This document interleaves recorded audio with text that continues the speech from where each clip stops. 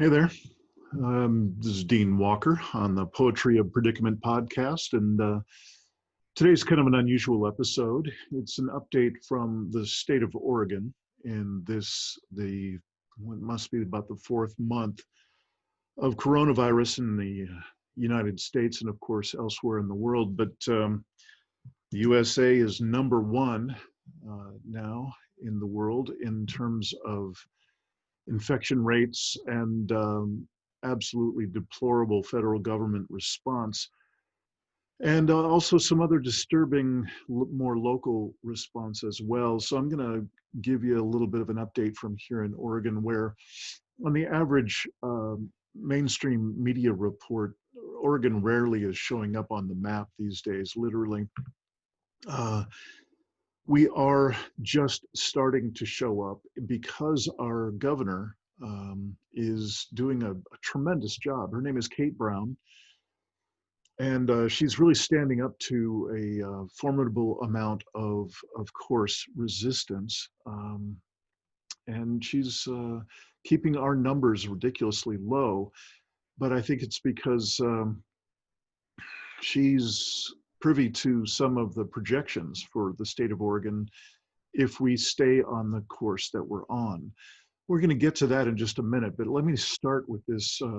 Oregon State Trooper won't wear mask in coffee shop, and he curses governor. So this is July 2nd, and it's from Newsweek.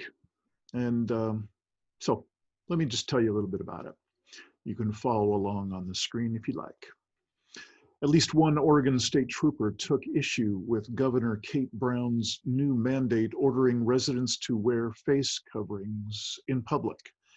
A video obtained and released by Oregon Live on Thursday depicted four troopers visiting Allen's Coffee and Tea Shop in the Corvallis neighborhood on Wednesday. Corvallis is around the middle of the state toward the west-hand side of the state. The officers refused to put on a face mask when asked by assistant store manager Travis Boss. He told the outlet that one of the troopers went on an expletive-filled rant about Brown's new mandate, claiming that the governor has, quote, no authority to take our civil liberties. This is again a state trooper here in Oregon. Boss claimed the officer went on to state, fuck Kate Brown. Although Boss has turned away customers who entered the coffee shop without face masks earlier on Wednesday, he did fill the officer's orders, claiming that he felt obliged to serve them because they were in uniform. And for those of you who are listening and watching this out of Oregon, you might not realize that Kate Brown made it a statewide mandate for if you're going to show up in any public building or business, that you're going to need to be wearing a face mask. And it is up to those businesses to regulate that in their own businesses, or they can get shut down. So the pressure's on the business owners to comply and to bring their patrons into compliance as well, not to mention their employees. But let's go on. Newsweek was unable to reach Boss. Allen Coffee and Tea owner Robert Morgan did tell Newsweek in an email that all of the cafe locations have postings at the entrance and throughout the store notifying people of the state's mask requirements, along with social distancing signs on the floors.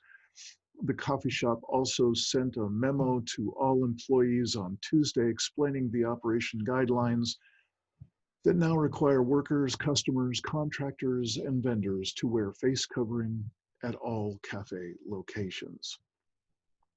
The cafe reported the incident to Oregon State Police shortly after the officers vacated, leading the department to open an internal investigation on the matter. Captain Timothy Fox, a spokesman for the agency, told Oregon Live that the involved trooper has since been placed on administrative leave. In a statement to Newsweek, Superintendent Travis Hampton said the department was embarrassed by the officer's behavior. Quote, not only are police officers expected to comply with the governor's emergency declaration orders, I expect them to set the example for Oregon's residents as we strive to fight this invisible enemy, the coronavirus. This conduct is embarrassing and indefensible, especially in the wake of thousands of Oregonians taking to the streets each day to rightfully demand police accountability. Like any police misconduct, the actions of a few bring discredit to the scores of dedicated officers that do not believe they are above the law they are sworn to uphold, Hampton said in an email statement. He continued, let me be clear, Oregon State Police troopers are not above the law, and this conduct is being immediately addressed. As the leader of the Oregon State Police, I would like to offer my apology to the coffee shop employees and the community. I'm ultimately responsible for all actions of OSP troopers and should rightfully be accountable for their conduct. I hope my apology is accepted and the swift actions of my agency provide evidence of our commitment to accountability. Coronavirus cases in Oregon spiked up to nearly 9,000 infections as of Thursday. Health officials reported a record total of 281 new infections confirmed on Wednesday.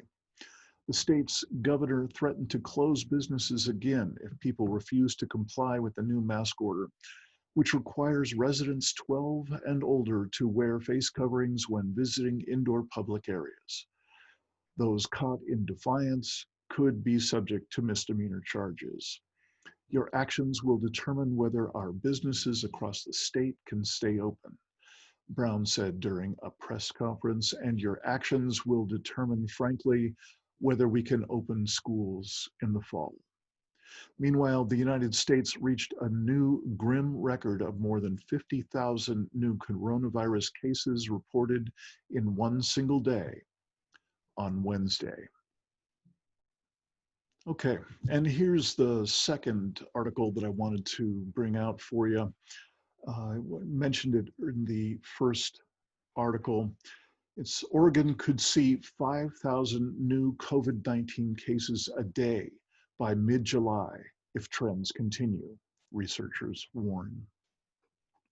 Oregon has 250 new cases today, and this is June 26th is the byline. Oregon has 250 new cases today, 61 of them in Multnomah County. That's a near record. New disease models released today by the Oregon Health Authority warn that daily COVID-19 infections could increase 20-fold by mid-July if trends continue. The June 25 report from the Institute for Disease Modeling projects that in a worst-case scenario, Oregon could see as many as 5,030 daily COVID cases by July 16. Even under a moderate scenario, daily cases are expected to rise to over 900 cases a day. The current daily average for COVID cases is only 180 each day here in Oregon. Brief update, and literally as I'm editing this piece here on July 2nd, just got the total new cases in the state of Oregon for today, July 2nd, which is 380 cases. You'll remember that just a few sentences ago, I was talking about 180 cases each day, and that was reported on June 27th. And the projections are far worse. The projected growth, which researchers called exponential, is based on the rise in cases Oregon health officials have observed since Governor Kate Brown allowed some businesses to reopen on a county-by-county basis starting May 15th. The results suggest that transmission has increased since reopening. The report's authors say they said cases would remain flat only in our optimistic scenario, in which increases in recent diagnoses were assumed to be entirely due to more effective testing practices rather than to any increase in transmission. This assumption seems unlikely given the positive test rate increased even as testing expanded. The other scenarios demonstrate that increases in transmission, if maintained, would lead to exponential growth in new infections. The new modeling is the latest signal that reopening Oregon could be a public health disaster.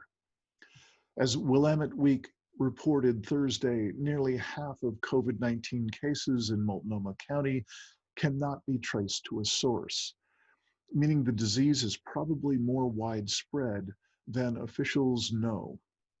Meanwhile, Oregon's most populous county just allowed its bars and restaurants to reopen.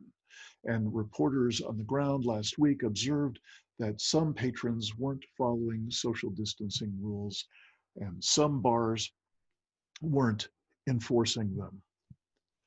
Both the models and the actual case numbers raise a chilling prospect for business owners who have eagerly awaited Portland's reopening. If these numbers hold, the governor would have little choice but to lock Oregon down again at the height of summer. In other US states that have been hammered by the virus this week, including Texas and Florida, governors have reclosed bars and scaled back restaurants. For now, state officials urged personal responsibility. Think hard about your choice of activities, especially as we get close to the 4th of July holiday, said Dr. Gene Seidlinger, the state epidemiologist. Ask yourself, how can I reduce my risk and the risk I might pose to people around me? So I just wanted to loop back and mention not so much the Oregon troopers, which was unfortunate at the very least, but really just to let it sink in that this little state, Oregon, which has barely been showing up on any sort of measure of COVID activity since all of this began, is now looking at exponential growth because of how people have been conducting themselves since the reopening in mid-May. So we're looking at quite possibly as many as 5,000 daily COVID cases by the middle of July here in Oregon. And of course, I'll update this by the time we get to middle of July and let you all know how it turns out. And the very least that they're looking at in these projections is just under 1,000 cases a day. That's quite a jump from what is going on right now, which is 180 cases each day in the state of Oregon. So I don't know how it's going in your state, but these numbers are really disturbing to me. It's really quite extraordinary. I don't think I just literally couldn't imagine that America would respond this way, and particularly at the federal level. But really as a culture, it's just as disturbing to me. Who have we become that our apparently cavalier attitude of many, many people in the US culture have toward other people's lives? It's quite extraordinary. And the amount of self-importance and whininess of people complaining that they just couldn't possibly wear masks, that it's some sort of violation of their civil rights, even down to a state trooper cussing out a store owner for trying to enforce the law that trooper is in fact paid to enforce. These things make me a little nervous about who we've become. So I'll keep you posted from over here in Oregon. Thanks for listening. And I wish us all the best.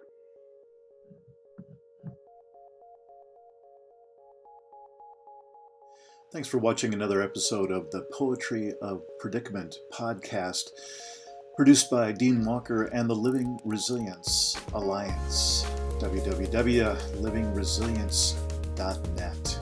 Music today from Michael Hedges, as always, and also Port Blue Into the Sea.